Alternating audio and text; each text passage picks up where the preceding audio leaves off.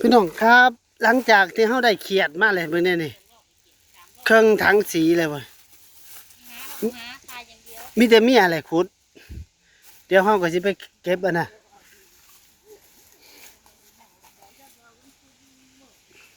เบิ่งแน่นี่พักอันนี้เขาเอิ้นพักฮอนแฮนบ่แม่นบ่ติ๊ก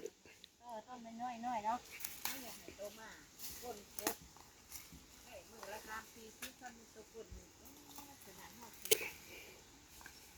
เบิ่งสิพาพี่น้องมาเบิ่งเก็บผักป่า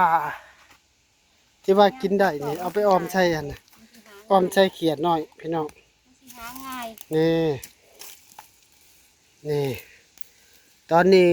กุ๊กบ้านโนนบ่ได้ทำอาหาร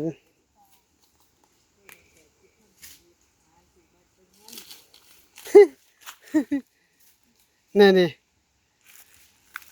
อันนี้เก็บไปออมใส่นะเขาเอิ้นผักฮอนแฮนบ่ผักขี้แห้นบ่มันจะเป็นป่าอยู่เลยอยู่ในหน้าเฮานี่พอตัวพาพี่น้องเก็บก่อนคลิปนี้ก็สิถ่ายตอนเก็บอันผักฮอนแฮนให้เบิ่งกุ๊กบ้านโนนยังบ่ได้ลงคลิปทำอาหารช่วงนี้พักผ่อนก็เลยมาหาอาหารหาวัตถุดิบโอ้ยบ้านเฮานี่เป็นวัตถุดิบชั้นเลิศเพราะว่าเป็นทั้งสมุนไพรได้พี่น้องนี่หลายอีหลีเลยหลายจนโอ้ยหลายจนเลือกเอาเลยที่มันเป็นดอกเป็นแดกอันนี้มันคือมันเกิดเองตามธรรมชาติครับนี่เราเก็บเอาเลยนี่วันนี้ผมเข้าไปในกอไผ่ผมล่ามเข้าไปในกอไผ่ไปเลยวันนี้นะปูเต็มเบิดผมมีทั้งหญ้าค่อยงูเข้ามาทั้งหญ้านะวันนี้ผมเต็มเบิดเดี๋ยวจะไปออมกบเดี๋ยวจะไปออมเขียดให้พี่น้องเบิ่งให้FCเบิ่งนี่ครับตอนนี้ขอเวลาเก็บก่อนเมื่อนี้นี่หอมมาเลยนะบางคนที่ว่ามันขิวแต่ว่าพ่อไปออมใส่เขียนป๊อดแต่แซ่บจึงเป็นสมุนไพรโอ้ยต้นมันน่ะ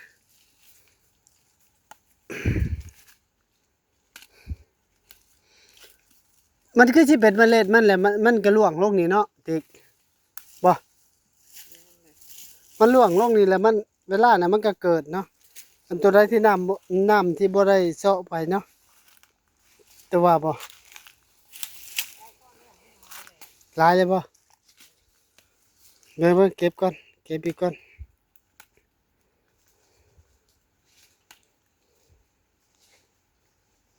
หอมแท้ๆพี่น้องเอ้ยหอมคักหอมแน่แท้อันนี้เป็นสมุนไพรนะบ่นี่